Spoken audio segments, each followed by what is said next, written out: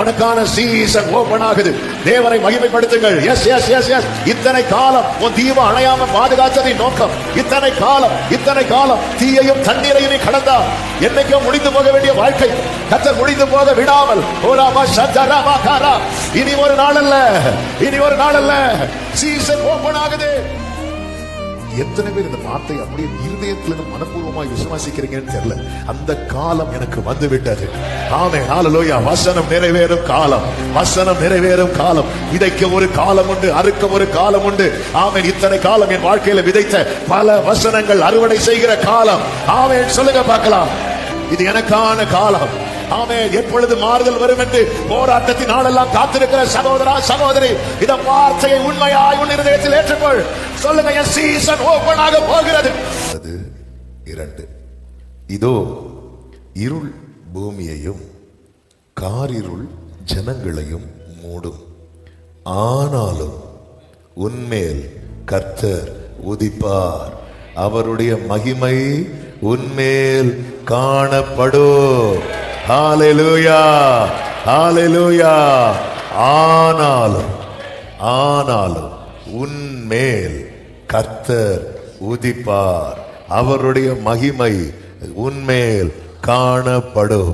எத்தனை பேர் இதை நம்புறீங்க? விசுவாசத்தோடு உங்க தலை மேல கையை வைத்து சொல்லுங்க, என் மேல் கர்த்தர் உதிப்பார். அவருடைய மகிமை என் மேல் காணப்படும். சத்தமா ஆமென் சொல்லுவோமா? ஹல்லேலூயா. என் மேல் கர்த்தர் உதிப்பார். உன்மேல் கர்த்தர் உதிப்பார். அவருடைய மகிமை. இந்த மகிமை என்பது அது பல விதங்களிலே பார்க்கப்படுகிறது. ஒருவருடைய உயர்வு, கனம், அதற்கு நாம் செலுத்துகிற அந்த மரியாதை இருக்கிறது அல்லவா? எல்லாவற்றிலும் மிகவும் உயர்ந்தவர் நாம் ஆராதிக்கிற தேவன். எனவே அவருக்கு தான் அந்த மகிமையை செலுத்தணும். அவர் தான் அந்த மகிமையை பெற்றுக்கொள்ள பாத்திரராயிருக்கிறார். அவருக்கு மேல வேறொரு வல்லமை இல்லாததுனால மகிமை முழுவதும் நம்ம அவருக்கு கொடுக்கிறோம். அந்த கனத்தை நம்ம கொடுக்கிறோம். ஆராதனையாக, ஸ்தோத்திரமாக, இப்படி பல விதங்களிலே.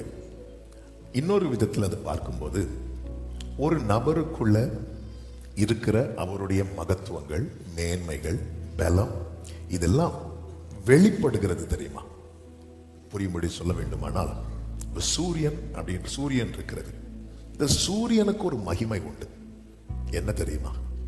அதனுடைய வெளிச்சம், ஒளி. சூரியனுக்குன்னு ஒரு மகிமை இருக்கிறது. அந்த சூரியனுக்குரிய மகிமை என்ன தெரியுமா? அந்த ஒளி.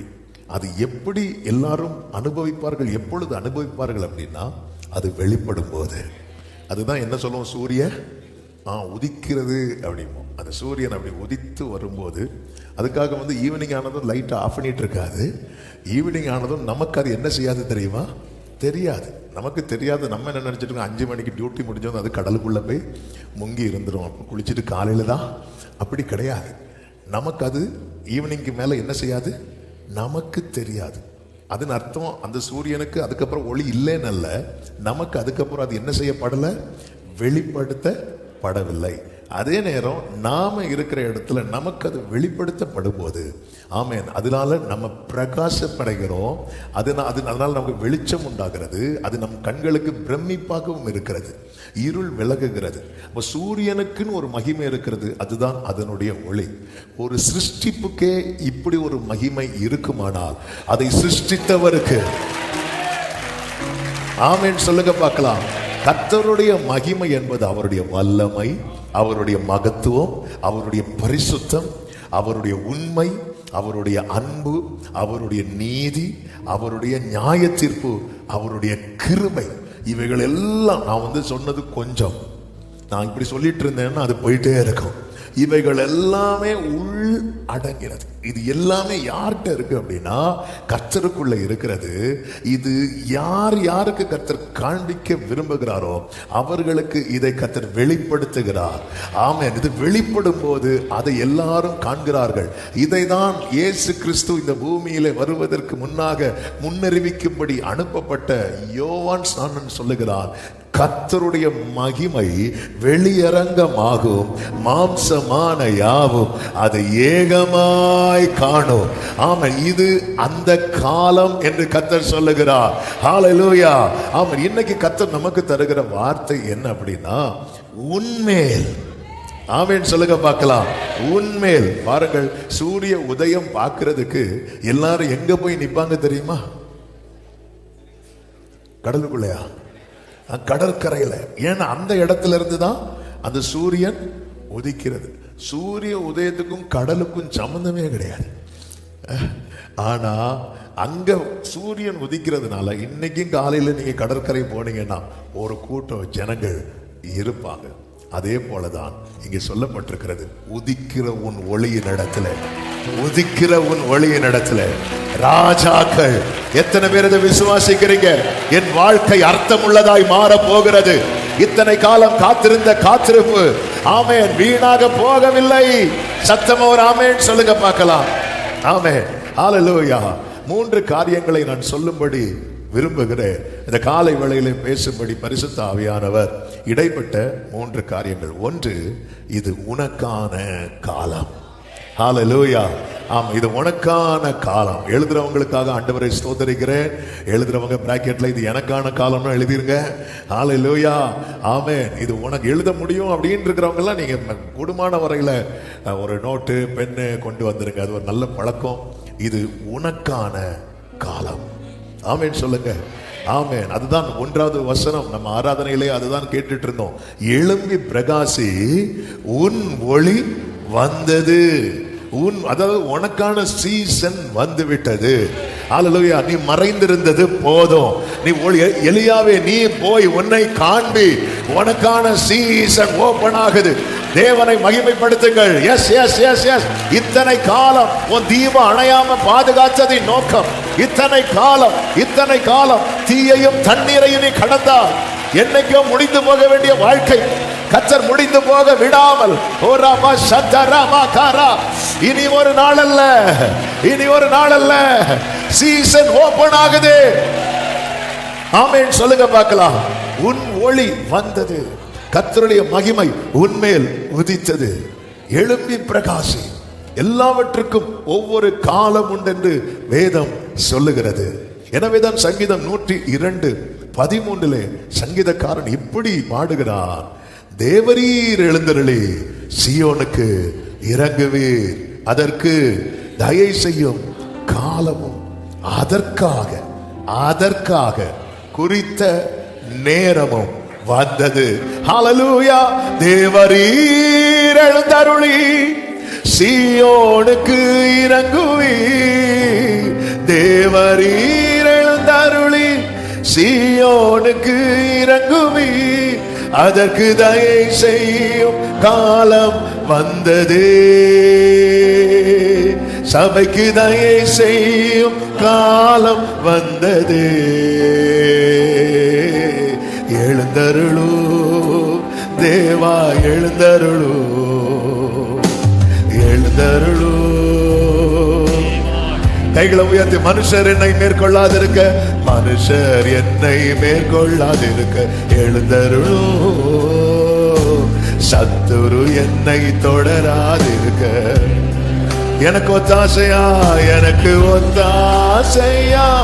இப்போ எழுந்தருளு, நான் உமக்குள்ளே மறைந்திருக்க எழுந்தருளு, எனக்கு ஒத்தாசை.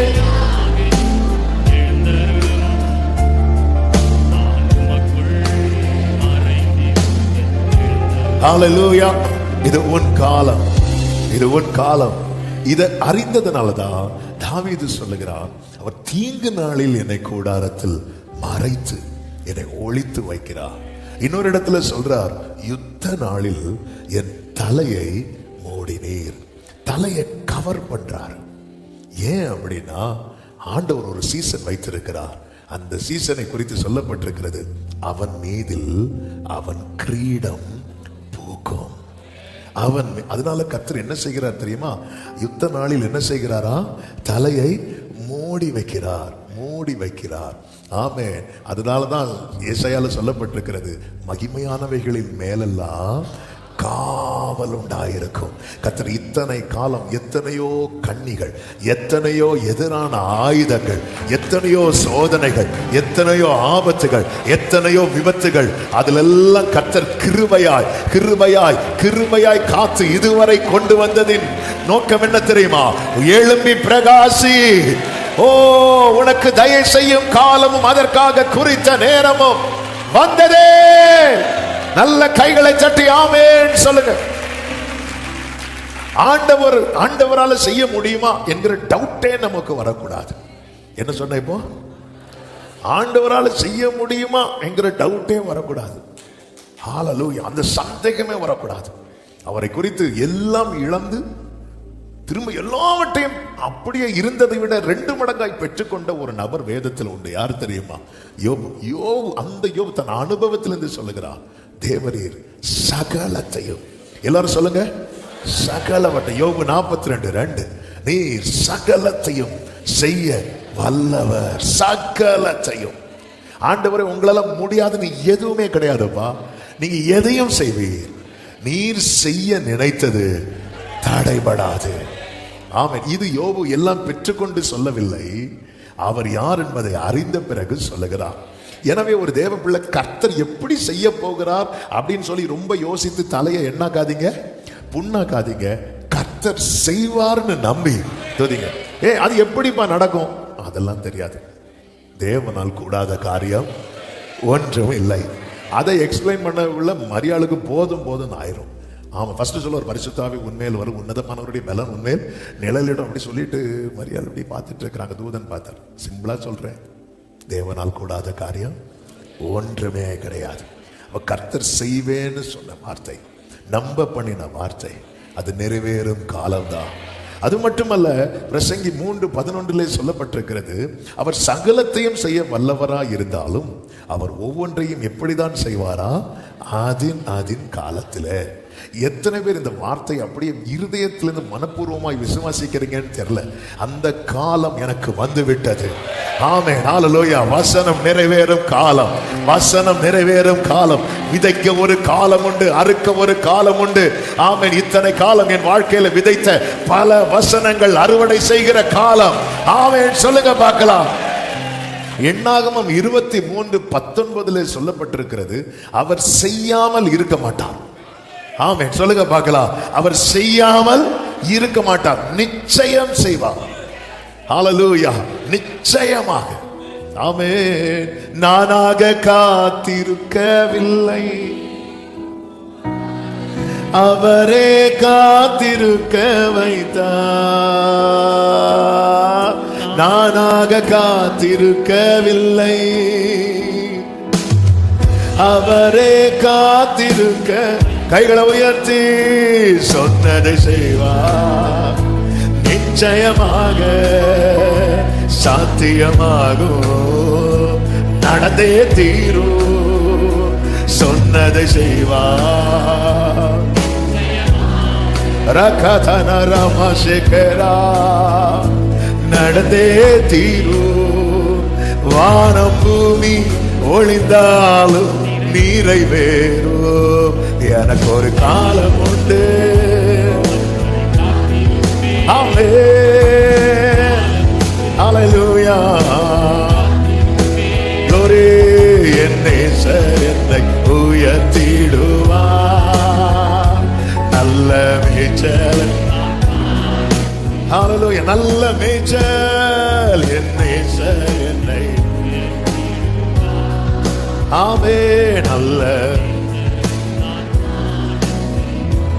கைகளை உயர்த்தி ஒரு ஹல்லேலூயா சொல்லுவோமா? நிச்சயமாக செய்வார். செய்யாமல் இருக்க மாட்டார், செய்யாமல் இருக்க மாட்டார். ரூத்து கிட்ட நகோமி சொல்லும் ஒரு வார்த்தை உண்டு. ரூத்தின் புஸ்தகம் 3வது அதிகாரத்தின் கடைசி வசனத்துல, அந்த கடைசி வசனம் 18வது வசனம். அப்பொழுது அவள்னா நகோமி, என் மகளே, இந்த காரியம் என்னமாய் முடியும் என்று நீ அறியும் மட்டும் பொறுத்திரு. அந்த மனுஷன் இன்றைக்கு இந்த காரியத்தை முடிக்கும் முன் இளைப்பாற மாட்டான் என்றால் கைகளை உயர்த்தி வர ஹல்லேலூயா சொல்லுங்க. ஆமென். ஏன்னா அவர் ஒரு பிராமிஸ் கொடுத்து அனுப்பிட்டார். நகோமி சொல்றாங்க, இந்த நகோமி யார் அப்படின்னா, ரூத்த பெத்லகேமிலிருந்து கொண்டு வந்தவங்க. நம்மை நேர்வழியாய் நடத்துகிற ஒருவர் நமக்குள்ளே இருக்கிறார். நமக்காக அனுப்பப்பட்ட ஆவியானவர் அவர் நமக்குள்ளிருந்து சொல்லுகிறார், உனக்கான சீசன் ஓபன் ஆகுது, உனக்கான காலம் வந்தது, நீ எழும்பி பிரகாசி, உன் ஒளி வந்ததே. ஆமென் சொல்லுங்க. அவர் செய்யாமல் இருக்க மாட்டார். பக்கத்துல 2 பேர் கைப்பிடிச்சு நம்பிக்கையா இந்த முகத்தை பார்த்து சொன்னீங்கன்னா ரொம்ப சந்தோஷமா இருக்கும். அவர் செய்யாமல் இருக்க மாட்டார், செய்யாமல் இருக்க மாட்டார். ஹல்லேலூயா. ஆமென். ஆமென். ஹல்லேலூயா. சொன்னதை செய்வார், நிச்சயமாக சாத்தியமாகும். வானம் பூமி ஒளிந்தாலும் நிறைவேறு. அதனாலதான் இன்னைக்குள்ள ப்ராமிஸ் வெர்ஸ்ல ஒரு வேர்ட் நீங்க பார்த்திருப்பீங்க, ஆனாலும். ஹல்லேலூயா. வாய்ப்பு இல்லதான், ஆனாலும். ஹல்லேலூயா. வாய்ப்பே இல்லதான். இந்த மாசத்துக்கு இப்ப இருக்கிற சிச்சுவேஷனுக்கு வாய்ப்பு இல்ல, ஆனாலும். Oh thank you Jesus. ராகா பாதா நாமா வர்ஷிப் பண்ணுங்க, வர்ஷிப் பண்ணுங்க, வர்ஷிப் பண்ணுங்க. ஹல்லேலூயா. நானாக காத்திருக்கவில்லை, அவரே காத்திருக்க வைத்தார். ஆமென். கைகளை உயர்த்தி சொல்லுவோம், சொன்னதை செய்வார், நிச்சயமாக சாத்தியமாகும், நடந்தே தீரும். சொன்னதை செய்வார், நிச்சயமா நடந்தே. வானம் பூமி, வானம் பூமி ஒளிந்தாலும் நிறைவேறும். ஆமென். ஹல்லேலூயா. அவர் நிச்சயமாக செய்வார். வேதம் இன்னொன்னு சொல்லுகிறது, ஆபகுக்கு 2:3 அது எப்பொழுது விளங்குமா? முடிவிலே விளங்கும். இந்த முடிவிலே விளங்கும்னா என்ன தெரியுமா? எல்லாம் முடிஞ்சதுக்கு அப்புறம் இல்ல, அவருடைய ஒர்க் பினிஷ் ஆகும் தெரியுமா? அப்பொழுது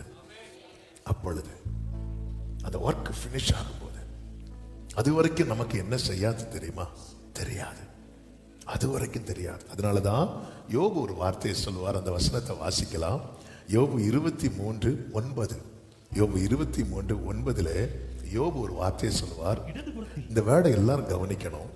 இடது புறத்தில் அவர் கிரியை செய்தும் அவரை காணேன் அப்படிங்கிறார். அது சரியா சொல்லணும்னா, அவர் இப்ப என்ன செஞ்சிட்டு இருக்கிறாருன்னு தெரியல. ஆனா எனக்கு ஒண்ணு தெரியும். அதை 23:14 சொல்றார், எனக்கு குறித்திருக்கிறதை அவர் நிறைவேற்றுவார். என்ன குறித்திருக்கிறாருன்னு தெரியல, அவர் ஏதோ ஒண்ணு செஞ்சிட்டு இருக்கிறார். அது எப்போ விளங்குமா? முடிவில். யாக்கோபு 5:11 அப்படித்தானே இருக்கும். ஆமை, அவர் கர்த்தருடைய செயலின் முடிவையும். சிலர்லாம் வீடு கட்டும் போது சுத்தி மறைச்சு வைப்பாங்க, உள்ள என்ன கட்டுறதுன்னு தெரியக்கூடாது. ஆனாலும் உள்ள போய் எத்தி பார்த்துட்டு மறைக்காம இருந்தா கூட விட்டுருவோம். உள்ள எத்தி பார்த்துட்டு அப்படி போய்தான் கட்டுறாங்க, அது ரைட்டு தான். ஆனா ஆண்டவர் மறைச்சு வைப்பார். எப்படி மறைச்சு வைப்பார்னா, சாத்தான் ஆண்டவர்கிட்ட நிற்கும் போது கேட்கிறார், என் தாசனாக யோபின் மேல் கவனம் வைத்தா எப்படி பார்க்க முடிஞ்சுதான்? எங்க முடியுது? நீங்க அவனையா மறைக்கிறீங்க. மொத்தம் யோபுக்கு என்னெல்லாம் உண்டு எல்லாத்தையும் சுத்தி வேலி, சரியான வேலி. அதனாலதான் உள்ள நடக்கிறதெல்லாம் என்ன செயலா இருக்கும் தெரியுமா? ரகசிய செயலா இருக்கும். இதுதான் யோபு சொல்றாரு, அந்த ரகசிய செயலை கூடாரத்துல இருந்துச்சு, இப்போ எனக்கு அந்த வேலி போயிட்டே, வேலி போயிட்டு இப்போ இன்னும் நடக்குது. இங்கே தும்முனா கூட ஊருக்கே தெரியுது. ஹல்லேலூயா. ஆமென். ரகசிய செயல் கூடாரத்துல இப்ப சொல்றார், இப்ப வேற ஏதோ பண்ணிட்டு இருக்கிறார். ஏன்னா இடிச்சுட்டாரு, என்ன அழிக்கல, என்ன இடிச்சுட்டாருன்னா இடிச்சும் அழிக்கலன்னா வேற ஒண்ணு கட்டிட்டு இருக்கிறார். அதுதான் யோபு சொல்ற, எனக்கு ஜீவனை தந்ததும் அல்லாமல் அது ஏன் பாராட்டணும்? சொன்னதை செய்வார். கைகளை உயர்த்தி ஒரு நிமிஷம். சாத்தியமாகும், நடந்தே தீரும், நடந்தே தீரும், சொன்னதை செய்வார். ஆமென். வானம் பூமி, வானம் பூமி ஒளிந்தாலும் நிறைவேறும். ஹல்லேலூயா. முடிவிலே அது விளங்கும். அவர் வேலையை முடிச்சதுக்கு அப்புறம் தம்மை காண்பிக்கிறார். அதை எனக்கு நான் அவரை காணேன் என்று சொன்ன அதே யோபு 42:5 சொல்றாரு. ஆமென். ஹல்லேலூயா. என் காதினால் உம்மை குறித்து கேள்விப்பட்டேன், இப்பொழுதோ என் கண் உம்மை காண்கிறது. என் கண் உம்மை காண்கிறதுனா கர்த்தர் யோபுக்கு பிரத்யட்சமாய் தம்மை வெளிப்படுத்தினாரா? அப்படி அல்ல. என்னென்ன கர்த்தர் செய்வேன்னு சொன்னாரோ அதெல்லாம் இப்ப கண்ணுக்கு முன்னாடி இருக்கும் போது. ஹல்லேலூயா. எத்தனை பேர் இந்த ஆகஸ்ட் மாதம் 1ஆம் தேதி காலை வேளையில யோபு 42:5 என் சாட்சியாக போகுது. யோபு 42:5 நான் இதுவரை காதினால கேட்டேன். ஓ thank you Jesus. நல்ல கரங்களை தட்டி ஆமென். அப்ப ஒவ்வொரு செயலிலும் நான் இனி யாரை பார்க்க போறேன் தெரியுமா? என் கர்த்தரை பார்க்க போறேன். பார்ப்பேனே என் நேசரை நான் ஆர்ப்பரிப்பேன் நானும். அன்னைக்கு எப்படி இருக்கு தெரியுமா? தீர்ப்பாரன் கண் ஆமென் சாற்றுவேனா. சொல்லுங்க, தீர்த்தாரன் கண்.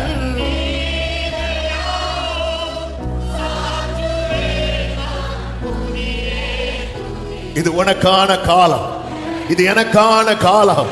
ஆமென். எப்பொழுது மாறுதல் வரும் என்று போராட்டத்தின் நாளெல்லாம் காத்திருக்கிற சகோதரா சகோதரி, இந்த வார்த்தையை உண்மையாய் உன் இருதயத்தில் ஏற்றுக்கொள். சொல்லுங்க, என் சீசன் ஓபன் ஆக போகிறது. worship him. குறித்த காலம், அந்த குறித்த காலம் இதோ சீயோனுக்கு இறங்கி நீர் அதற்கு குறித்த காலம் வந்தது, குறித்த காலம் வந்தது. முடிவிலே அது விளங்கும்.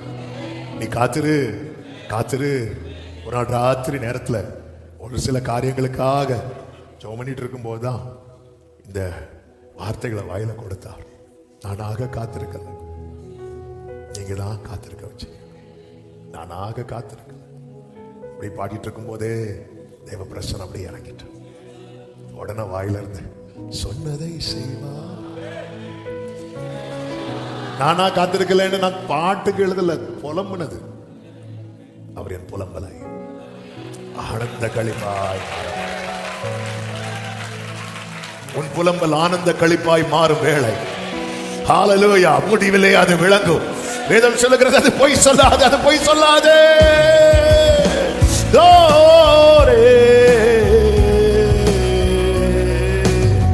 நானாக காத்திருக்கவில்லை, ஆமென் அவரே. ஹல்லேலூயா. நானாக அவரே. வலது கரத்தை உயர்த்தி சொன்னதை செய்வார், நிச்சயமாக சாத்தியமாகும், நடந்தே தீரும்.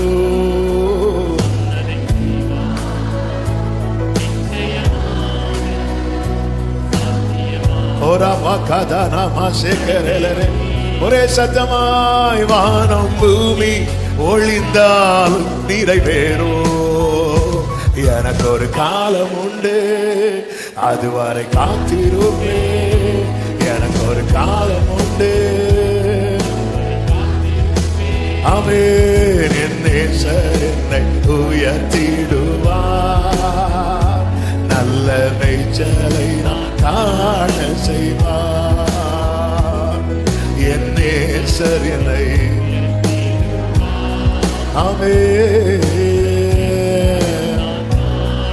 ஹல்லேலூயா ஆமென். அது மட்டுமல்ல, ஆண்டவர் காத்திருக்க வைத்து ஒண்ணு செய்றார் தெரியுமா? அது எப்படி இருக்கும் தெரியுமா? ஏசாயா 26:15 சொல்லப்பட்டிருக்கிறது, இந்த ஜாதியை பெருக பண்ணினீர் கர்த்தாவே, இந்த ஜாதியை பெருக பண்ணினீர். அடுத்த வார்த்தை என்ன தெரியுமா?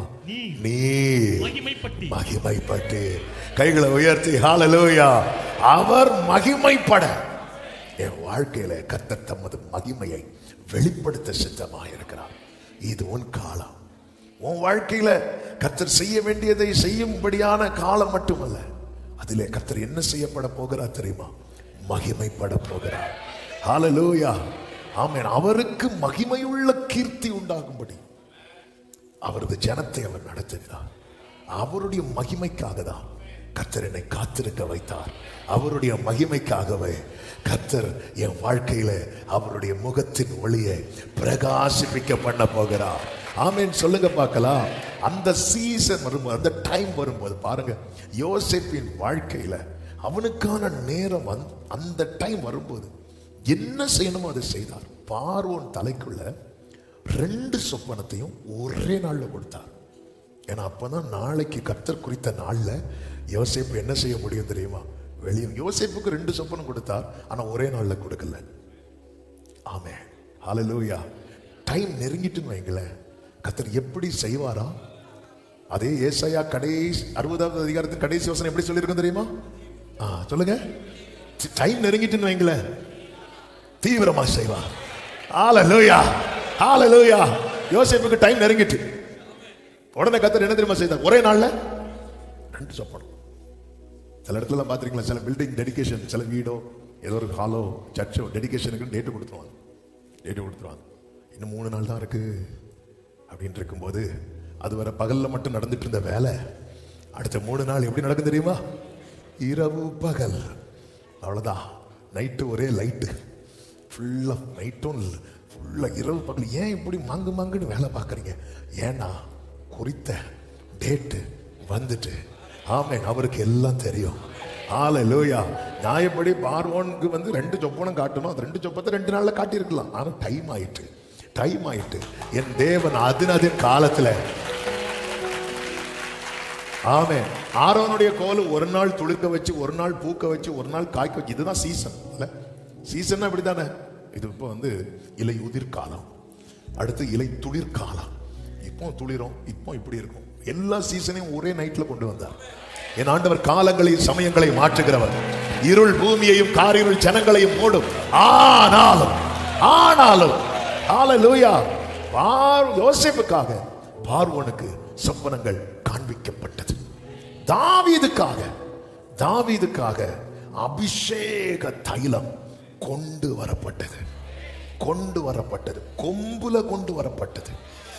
சத்தமா ஒரு ஆமென் சொல்லுங்க பார்க்கலாம். உனக்கான சீசன் ஓபன் ஆகும் போது என்ன செய்யப்படணுமோ அதை கர்த்தர் செய்வார். மொர்தெகாய்க்கான சீசன் ஓபன் ஆகிற டைம் வரும்போது, ஆமென், அதுவரை மூடி இருந்த புத்தகம் திறக்கப்பட்டது. ஆமென் சொல்லுங்க பார்க்கலாம். மூடி இருந்த புத்தகம் திறக்கப்பட்டது. ஆமென். எனக்கான சீசன் வருகிறது என்பதின் அடையாளம் என்ன? அடையாளம் என்ன தெரியுமா? ஆமான் உனக்கு ஒரு தூக்கு மரம் செய்வோம். ஹல்லேலூயா. ஆமென். அந்த ஆண்டவருடைய நடத்துதலை பார்த்தீங்கன்னா, ஆமென், மொர்தெகாய்க்கான டைம் வரும்போது அது புத்தகம், அது ராஜா எஸ் சொன்னாராம் புதிய ஏற்பாட்டில். ஆமென். சிங்காசனத்துக்கு முன்பதாக யோவான ஆவியில கொண்டு போய் விடும்போது சிங்காசனத்தில் இருக்கிறவர் கையில் ஒரு புத்தகம் இருக்கிறது. இதை யாராலையும் திறக்க முடியலன்னு பார்க்கும்போது இவன் என்ன செய்தானா? மிகவும் அழுதானா. ஓன்னு அழ ஆரம்பிச்சான். அப்படி அழுதுட்டு இருக்கும்போது ஒருத்தர் அப்படி நடந்து வந்தா. அப்பா கையில் இருக்கிற புத்தகத்தை வாங்கி அதை திறக்கிறா. உன் கண்ணீருக்கெல்லாம் முற்றுப்புள்ளி. என்னை குறித்து அவருடைய புத்தகத்தில் எழுதப்பட்டிருக்கிறது. புத்தகம் திறக்கப்படும் வேளை நல்ல கைகளை சற்றி ஊடா கரமா அதரமா. யோவான் ஸ்நானனை குறித்து வேதம் சொல்லுகிறது, அவன் தாயின் வயிற்றில் இருக்கும் போதே பரிசுத்த ஆவியினால் நிறைந்தவனாயிருந்தான். அப்படி நிறைந்தவனுக்கு காத்திருப்பின் காலத்தின் வாழ்க்கை எங்கே தீர்மானிக்கப்பட்டது என்றால் வனாந்திரத்தில்.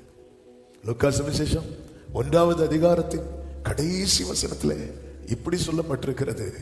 ஒன்று கடைசி, அந்த பிள்ளை வளர்ந்து ஆவியிலே பலம் கொண்டு, 1:80 ஆவியிலே பலம் கொண்டு இஸ்ரவேலுக்கு தன்னை காண்பிக்கும் நாள் வரைக்கும் வனாந்தரங்களில்.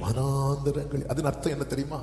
தன்னை காண்பிக்கும் நாள் வரைக்கும் அப்படின்னா இந்த யோவான யாருக்குமே தெரியாது தெரியாது. ஆமென். அதுக்கப்புறம் எலிசபெத் சகரியா உயிரோடு இருந்திருப்பாங்களான்னு தெரியல. ஏன்னா ஏற்கனவே அவங்க வயசான, ஒருவேளை உயிரோடு இருந்திருந்தா கேட்டிருப்பாங்க, என்னங்க உங்க பிள்ளை காணவே இல்லை? அது என் பிள்ளை வனாந்திரத்தில் இருக்கிறான் சொல்லுவாங்களா? ஃபாரின்ல இருக்கிறான்னு சொல்ற மாதிரியாது இது சொல்லவும் முடியாது. ஆமென். அதனால என்னமோ ஆண்டவர் தூக்கிட்டு போயிட்டார். நீ அதை இதையும் சொல்லி, ஏற்கனவே சகரியா அதை இதையும் சொல்லி வாய அடைச்சிட்டாரு. நான் கேட்கவே இல்லை அவர்கிட்ட. அவரா தந்துட்டு ஆளை காணவே, எதுக்கு நீ வந்து மேல வா போயிட்டாரு. தன்னை காணும் இது வரைக்கும் இவனுக்கு என்ன ஆச்சு? இவன் அட்ரஸ் என்ன? அட்ரஸ் இல்லாதவன், முகவரி இல்லாதவன் வனாந்திரத்தில் இருந்தான். ஆனா ஜனிப்பித்தவர் கைவிடல. லூக்கா 3வது அதிகாரத்துல எனக்கு ரொம்ப பிடிச்ச வசனத்துல உண்டு. அது என்ன அப்படின்னா, அதனுடைய 2வது வசனத்தை நீங்க பாத்தீங்கன்னா, அன்னாவும் காய்பாவும் பிரதான ஆசாரியராயும் இருந்த காலத்தில். அன்னா காய்பா பிரதான ஆசாரியர் அப்படின்னா அவங்க எங்க இருப்பாங்க தெரியுமா? ஆலயத்துல. நம்மால் எங்க இருக்கிறார்? வனாந்திரத்துல. ஆனா யோவானுக்கான சீசன் வந்த போது வனாந்திரத்திலே தேவனுடைய வார்த்தை உண்டாயிற்று. இருக்கிற இடத்துல, வனாந்திரத்துல உன் வாழ்க்கை வனாந்திரமானாலும் வார்த்தை உண்டாகும். எப்பொழுது யோவானுக்கு வார்த்தை உண்டாச்சோ, அதுக்கப்புறம் அண்ணா காய்பாவை தேடி ஜனங்க போகல, யோவானை தேடி. ஜனங்கள் எங்க இருக்கிறாங்க அப்படின்னு பார்த்து அந்த இடத்துல போய் டென்ட் போட்டு உட்காரல. யோவான் போய் ஊழியம் செஞ்ச இடத்துல உண்மையிலே இருக்கிறது வெட்டுக்கிளி. வெட்டுக்கிளி. சரி, நம்ம ஆளு தனியா இருக்காரேன்னு சொல்லிட்டு வந்தா கடிச்சு சாப்பிட்டாரு. அவருக்கு ஃபுட்டே என்னதான்? வெட்டுக்கிளி. வெட்டுக்கிளியை பத்தி நிறைய சொல்றாங்க. சிலர் சொல்றாங்க அது ஒரு வெஜிடபிள் அப்படிங்கிறாங்க.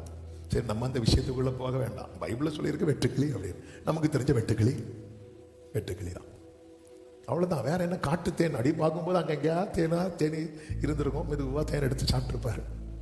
இவ்வளவுதான். இதுக்கு மேல ஆனா அது வேர்டு ஓப்பன் ஆனதும், ஐயோ நான் இப்ப பார்த்து வனாந்திரத்துல மாட்டிட்டேனே, நான் மட்டும் சிட்டில இருந்திருந்தா இப்ப பெரிய சர்ச்சை கட்டியிருக்கலாமே, நான் இங்க மாட்டிட்டேனேன்னு ஃபீல் பண்ணல. உதிக்கிறவன் ஒளியின் இடத்துல. இதுதான் உனக்கான காலம் வரும்போது நீ இருக்கிற இடத்தை தேடி தேடி தேடி தேடி. ஆமே, உன் ஒளி வந்தது, உன் ஒளி வந்தது. நேரம் அதிகம் போகிறது. 2வது ஒரு முக்கியமான காரியம் என்ன அப்படின்னா, அந்த வாக்குத்தத்த வசனத்தை ஒரு விசை கூட வாசிக்கலாம். ஏசாயா 60:2. இதோ இருள் பூமியையும், இருள் பூமியையும் காரிருள் ஜனங்களையும் மூடும், ஆனாலும் உன்மேல் உதிப்பார். 2வதாக இன்னைக்கு நாம் அறிந்து கொள்ள வேண்டிய காரியம், நமக்கான சீசனை கர்த்தர் ஓபன் பண்ணும் போது இருளுக்கு உன்மேல் அதிகாரம் இல்லை. சத்தம் ஆமென் சொல்லுங்க. இருளுக்கு உன்மேல். இது டைட்டிலுக்காக நீங்க பிராக்கெட்ல எப்படி எழுதலாம் அல்லது டைரக்டா எழுதலாம். இருளுக்கு இனி, அந்த இனியை போட்டுருங்க. இனி இனி என் மேல் அதிகாரம் இல்லை. இதை அறிக்கை பண்ணுங்க பார்க்கலாம். இருளுக்கு இனி என் மேல் அதிகாரம் இல்லை. சத்தமா ஆமென் சொல்லுங்க. எல்லாமே எதிராக இருந்தா, இருள்னாலே அது ஒரு நெகட்டிவ் சைனை தான் காட்டும். இருள்னால அதுல எதுவுமே தெரியாது. ஈவன் வாசல் இருந்தாலும் நமக்கு தெரியாது. அதாவது எது எது எங்க இருக்குன்னு நமக்கு நல்லா தெரிஞ்சாலும் கரண்ட் போச்சுன்னா நம்ம ஒரே தாளம் தான். கையில 2 தபேலா கொடுத்தா நல்ல சவுண்ட் வரும்.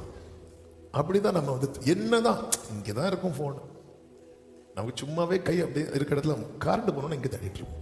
இதான் இருள், இருளுடைய அதிகாரம். ஹல்லேலூயா. இந்த இருளுக்கு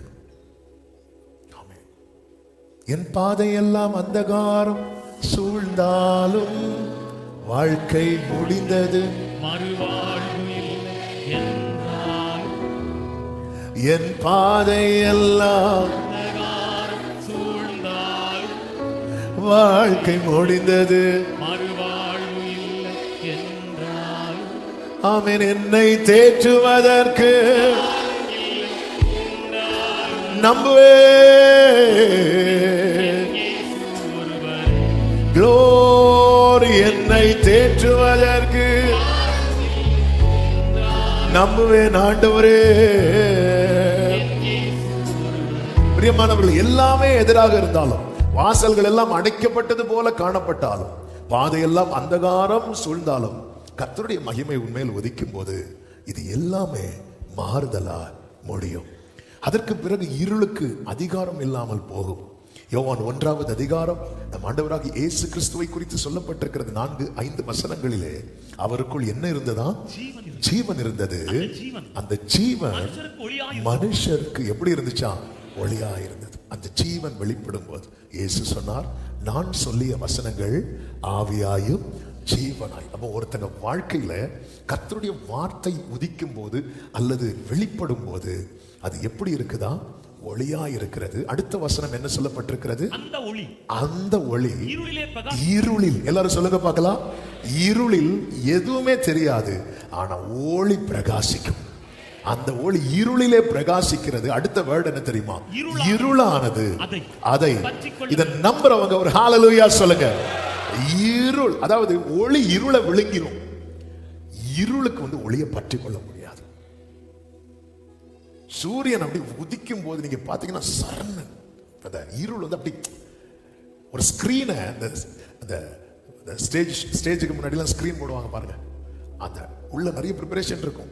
மைக் எடுத்து வைப்பாங்க, மைக் வச்சு நின்று பார்த்தா மைக் இங்க இருக்கும். அப்புறம் அதுக்கெல்லாம் ஸ்டேஜுக்குள்ள நடக்கும் நிறைய ப்ரிப்பரேஷன்.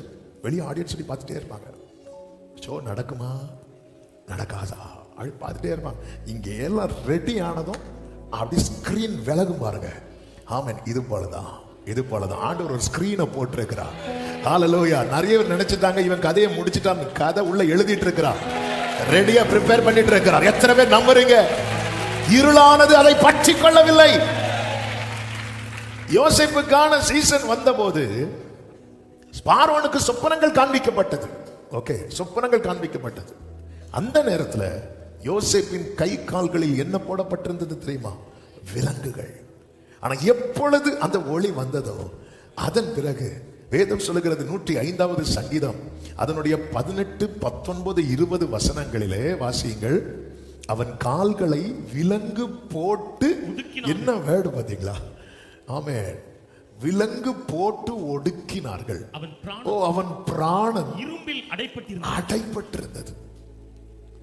கர்த்தருடைய வார்த்தை நிறைவேறும் அளவும் அவருடைய வசனம், அப்ப வார்த்தை நிறைவேறும் அளவும் தான் இந்த விலங்குகள்னா இந்த சங்கிலிகள்லாம் அவனை சுத்தி இருக்கிறது. வார்த்தை நிறைவேறும் வரைதான். பக்கத்துல முடிஞ்சா 2 பேர் கை, வார்த்தை நிறைவேறுது வரதான். அவன் அந்த வேர்டு நிறைவேறும் போது அவன் பிராணன் எப்படி இருந்துச்சா? இரும்பில் அடைப்பட்டிருந்துச்சு.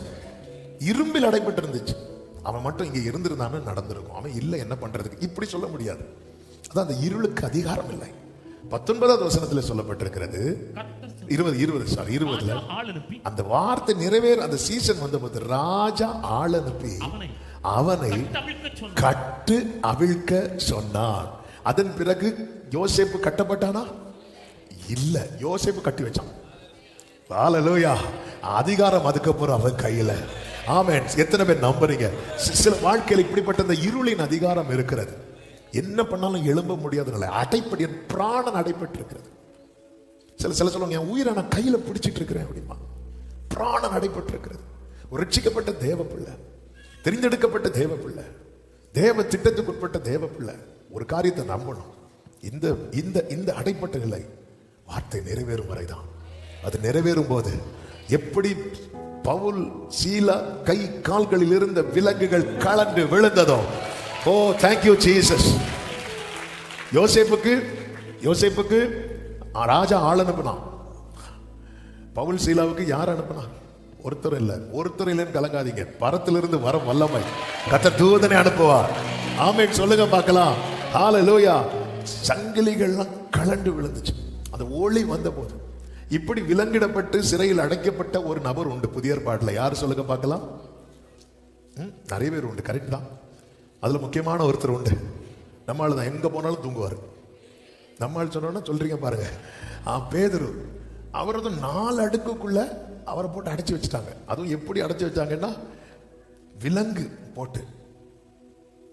அப்போஸ்தலர் 12வது அதிகாரத்தின் 7வது வசனத்தில் சொல்லப்பட்டிருக்கிறது, அப்பொழுது கர்த்தருடைய தூதன் அங்கே வந்து நின்றான். அறையிலே வெளிச்சம் பிரகாசித்தது.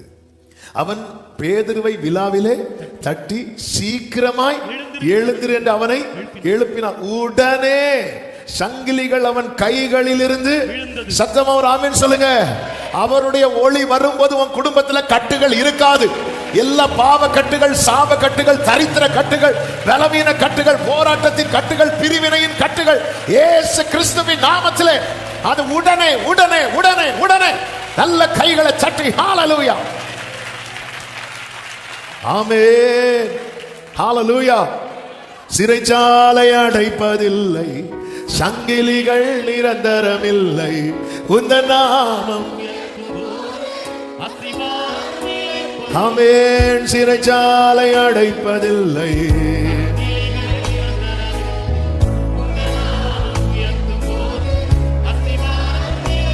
கைகளை உயர்த்தி அவன் நாமத்தை சொல்லுவோம். இயேசுவே தோரே உயரணும். ஆமென். இயேசுவே பெருகணும்.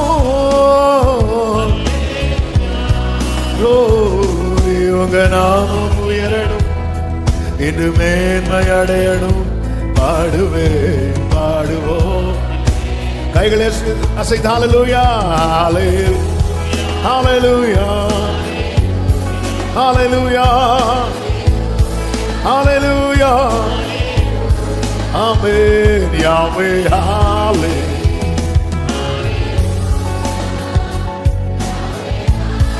ஆமென். ஹalleluya ஹalleluya. அதுவரை இருந்த சங்கிலிகள், விலங்குகள் அப்படி விழுது. என ஒளி வந்தது. தாவீது வாழ்க்கையில தாவீதுக்கான இந்த சீசன் ஓபன் ஆகும் போது ஒவ்வொரு கட்டத்தில் தாவீது சொல்லும் சில வார்த்தைகள் உண்டு. என் நாட்கள் சாய்ந்து போகிற நிழலை போல இருக்கிறது. 102:11 சொல்லுகிறார். புல்லை போல உலர்ந்து போனேன், புல்லை போல நான் உலர்ந்துட்டு போறேன். 71:10 சொல்றார், என் சத்துருக்கள் எனக்கு விரோதமாய் பேசுறாங்க. என்ன பேசுறாங்க? 11 தேவன் அவனை கைவிட்டார், தேவன் அவனை கைவிட்டார். ஆண்டவர் கைவிடலைன்னா இதுக்கு முன்னாடி அவன் செட்டில் ஆகிருப்பான்ல அவன் லைஃப்ல. ஆண்டவர் அவனை கைவிட்டார். 31:12 சொல்லுகிறான், செத்தவனை போல எல்லாராலும் முழுவதும் மறக்கப்பட்டேன். இப்படிப்பட்ட சூழ்நிலையில அவன் தீபம் அடைஞ்சிடக்கூடாது என்பதில் அவன் ரொம்ப கவனமா இருந்தான். இப்படிப்பட்ட சூழ்நிலையில உலகத்தான் ஒரு சாவை நோக்கி புறப்படும் போது ரட்சிக்கப்பட்ட தேவ பிள்ளை வாழ்வை நோக்கி காத்திருப்பான். அதுதான் சொல்கிறேன், என் ஆத்துமாவே நீ ஏன் கலங்குற? தேவனை நோக்கி காத்திரு, தேவனை நோக்கி காத்திரு. தாவீதுக்கான சீசன் வந்த போது கர்த்தர் எல்லா டோர்ஸையும் ஓபன் பண்ணி கொடுத்தா. காட்டிலிருந்து வீட்டுக்கு வரான், வீட்டிலிருந்து யுத்த களத்துக்கு போறான், யுத்த களத்திலிருந்து எருசலேமுக்கு வரான். அவனுடைய வேலை வந்தபோது அரண்மனையில சிங்காசனத்துல அவன் போய் உட்காருகிறான். ஹalleluya. அவனை துரத்த நினைச்சவனுடைய அவன் குடும்பத்தை விட்டு கிருபை விலகினது. தாவீது கூடாரம் விழுந்தாலும் திரும்ப தூக்கி எடுத்து நிறுத்துகிறான். உனக்கான வேலை வரும்போது இருள் பூமியையும் காரிருள் ஜனங்களையும் மூடும், ஆனாலும் அதுதான் சொல்லப்படுகிறது. ஆமாம், சங்கீதம் 91 அது எழுதினதை குறித்து நிறைய பேர் எழுதினதா ஒவ்வொருத்தரும் ஒவ்வொரு சூழ்நிலையில சொல்றாங்க. சிலர் என்ன சொல்றாங்கன்னா அது தாவீது சாலமோனை வச்சு சொன்னது. எனக்கு அடைக்கலமா இருக்கிற கர்த்தரை உனக்கு தாபரமா. அதனால இது யாரு சொல்லியிருக்க வாய்ப்பு இருக்கிறது என்றால் தாவீது சாலமோனுக்கு. நம்ம இப்ப அந்த ஆர்குமெண்ட்டுக்கு போகல. ஆமே, அப்படி சொல்லும் போது அதுல ஒரு வார்த்தை இருக்கும். பாரு, கர்த்தர் உன்னை வச்சிருக்கிறார்னா உன் பக்கத்துல 1000 விழுவாங்க, உன் வலது புறத்துல 10,000 விழுவாங்க. அது ஒண்ணு அணுகாது, அது ஒண்ணு அணுகாது.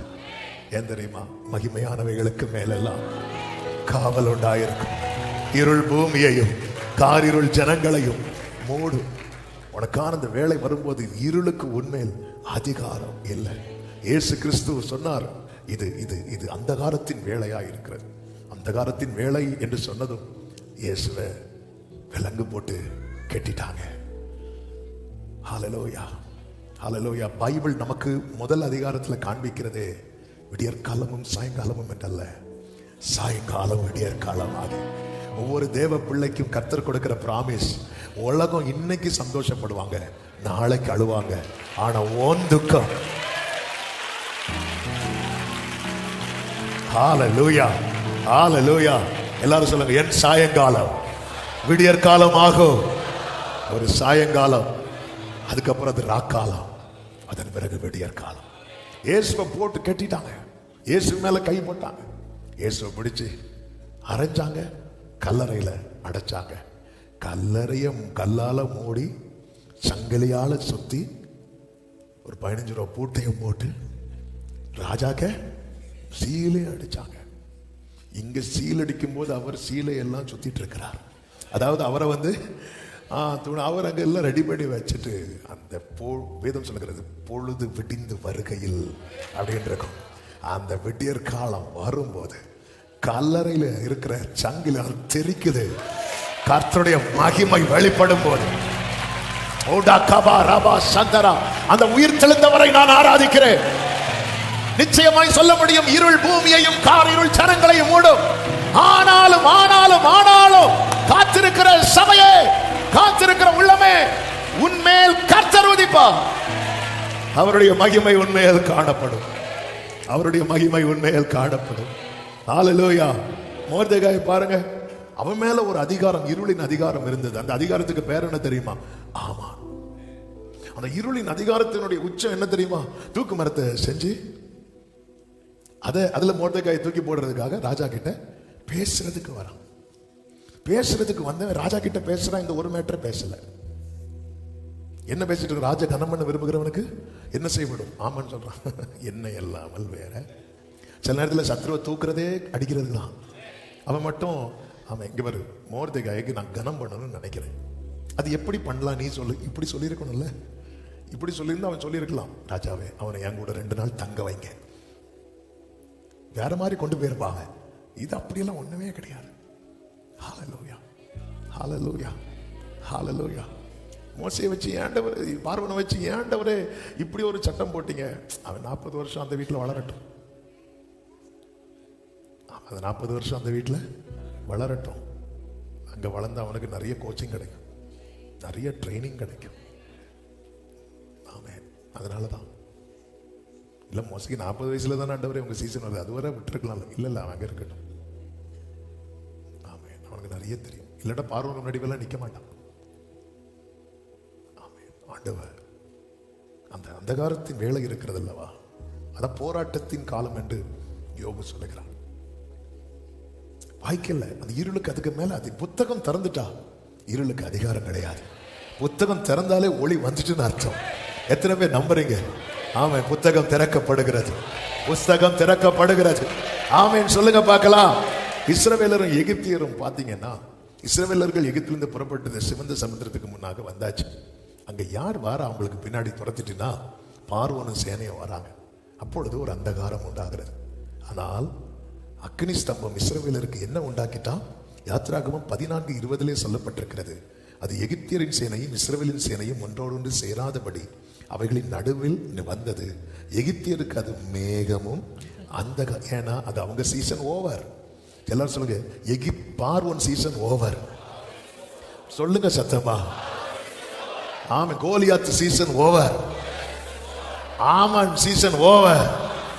இது கர்த்தர் எனக்கு குறித்த காலம், எனக்கு குறித்த காலம். இது செட்டைகளை விரிக்கும் காலம், இது உயர பறக்கும் காலம்.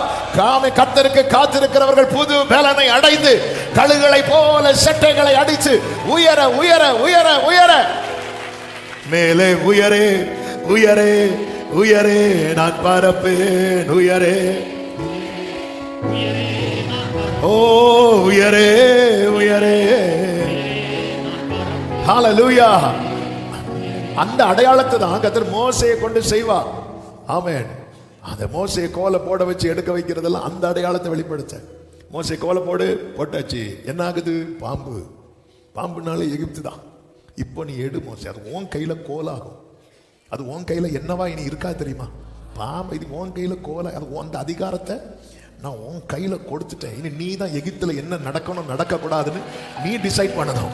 இதுவரை அவன் தானே டிசைட் பண்ணிட்டு இருந்தான். அவன் டிசைட் பண்ணதுனால உன் வேலைக்கு சம்பளம் கிடைக்கல. இப்போ அந்த அதிகாரம் உன் கையில வந்துட்டா, போய் கேளு. போய் கேட்டாங்க, பொண்ணு பொருள் எல்லாத்தையும் கொடுத்துட்டாங்க. அவர் வடக்கை நோக்கி கொடு என்றும் தெற்கை நோக்கி வைத்திராதே என்று சொல்லுகிறவர்.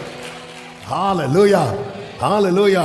இன்னைக்கு அதிகாரம் இருளின் கையில இருக்கிறது, நம்ம பிரயாசத்துக்கு பலன் இல்லாமல் போகிறது. ஆமென். இந்த சீசன் அப்படியே மாறுகிறது.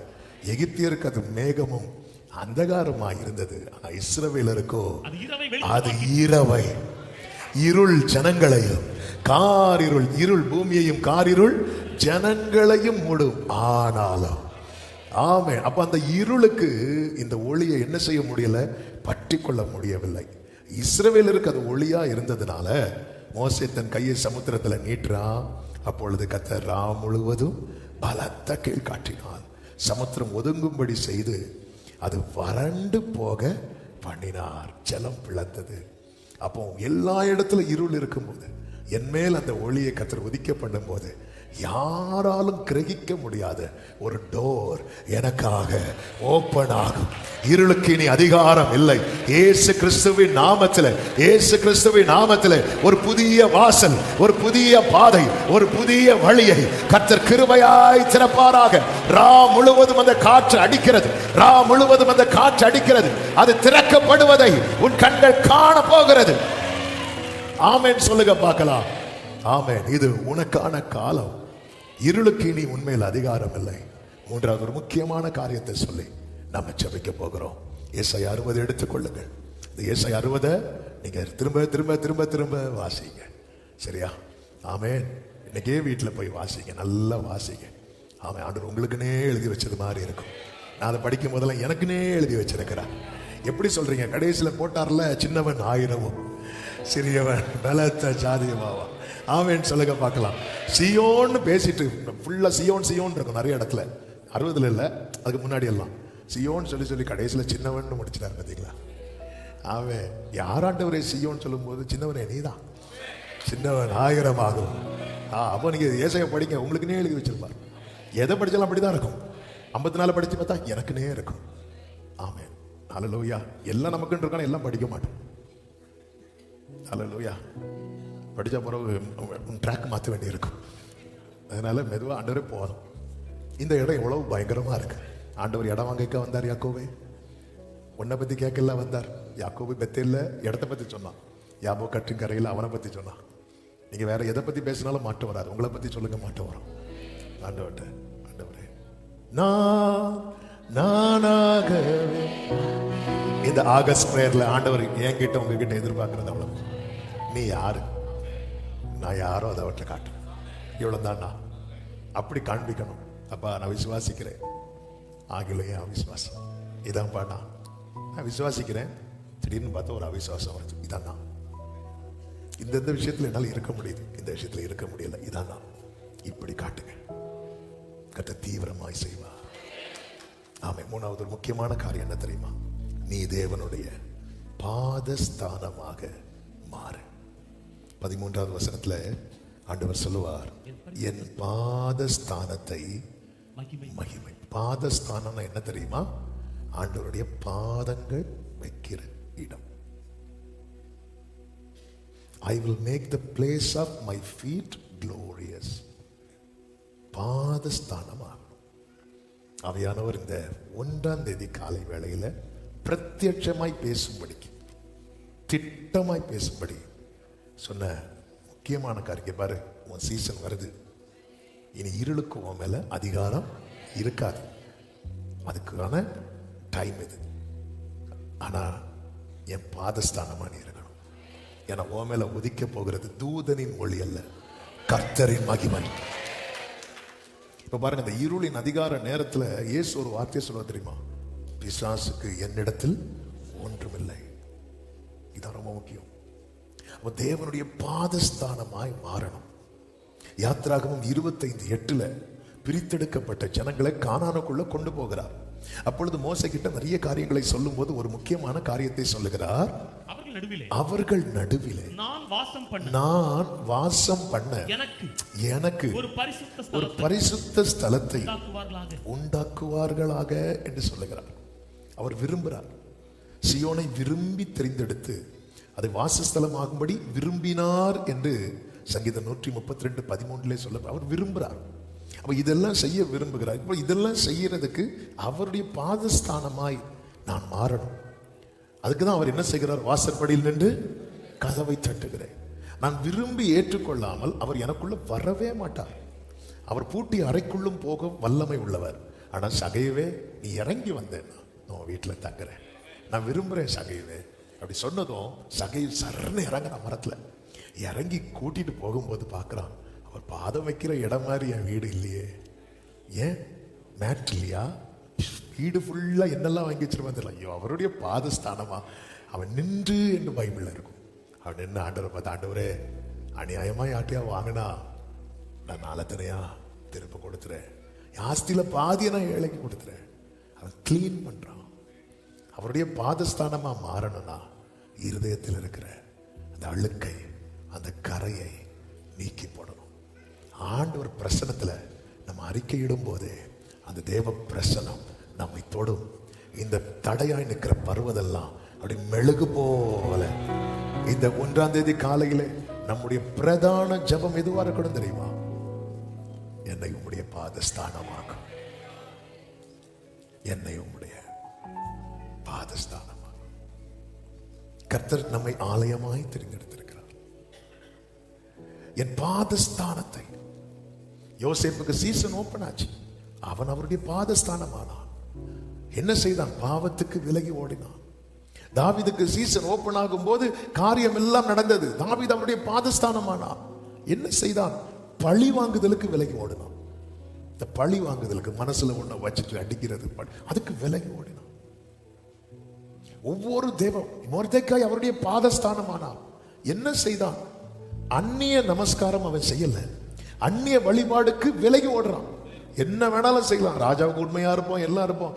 ஆனா தேவனுக்கு கொடுக்கிற மகிமைய ஆமானுக்கும் வேற ஒண்ணுக்கும் கொடுக்கிறது நோ நோ நோ.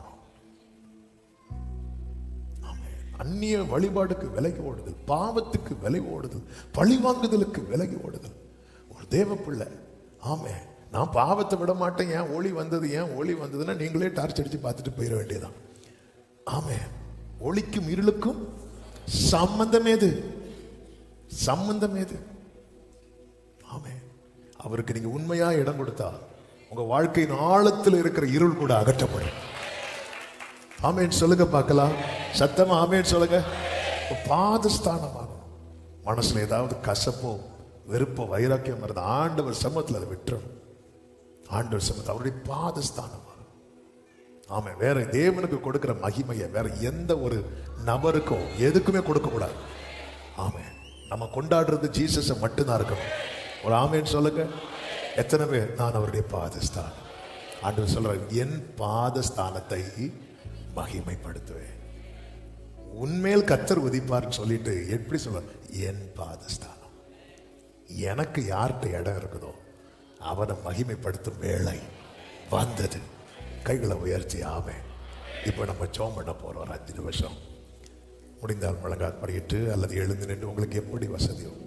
ஆண்டவரே, அந்த சீசன் ஓப்பன் ஆகிற டைம்ல நான் சொதப்பிடக்கூடாதப்பா. உங்களுடைய பாதஸ்தானமாய் குயவனே குய படைப்பேன் களிமண்ணா